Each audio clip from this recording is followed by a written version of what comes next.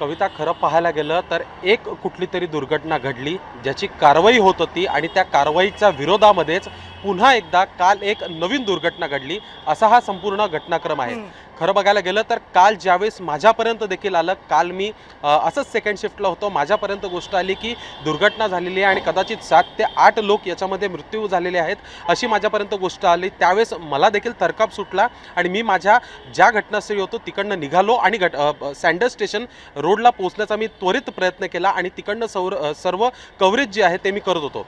यामध्ये मला एक गोष्ट सर्वप्रथम लक्षात आली, माझ्या प्रथम दर्शनी आली की निष्पाप लोक होते ती.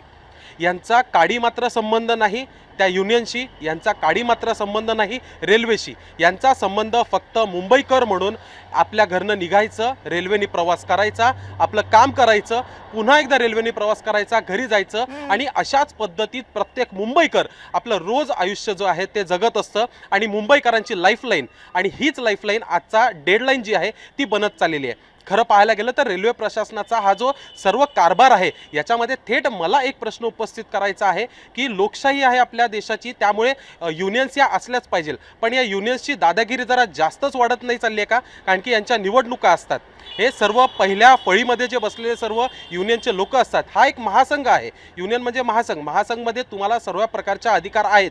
तुम्हाला विरोध करायचा होता तो तुम्ही करायचा होता, तुम्ही कोर्टात जाऊ शकत होते, तुम्ही अजून वेगळ्या कारवाई करू शकत होते. पण हे ज्या पद्धतीने तुम्ही हा संप पुकारला, हा प्री प्लॅन्ड होता याची 100% माहिती माझ्यापर्यंत आहे. कारण की ज्या पद्धतीने त्यांच्या हातात झेंडे होते, पोस्टर्स होते, हे सर्व काही क्षणात नाही मिळू शकत. हे सगळं त्यांचं तयारी त्यांची सकाळपासून सुरू होती आणि कुठेतरी ठरून या सर्व लोकांचा हा संप झाला. या संपामुळे रेल्वेला 1.5 तासापेक्षा जास्तचा फटका पडला आणि त्यामुळे ही लोक ट्रॅकवरनं आपला मार्ग शोधत पुढे निघाली.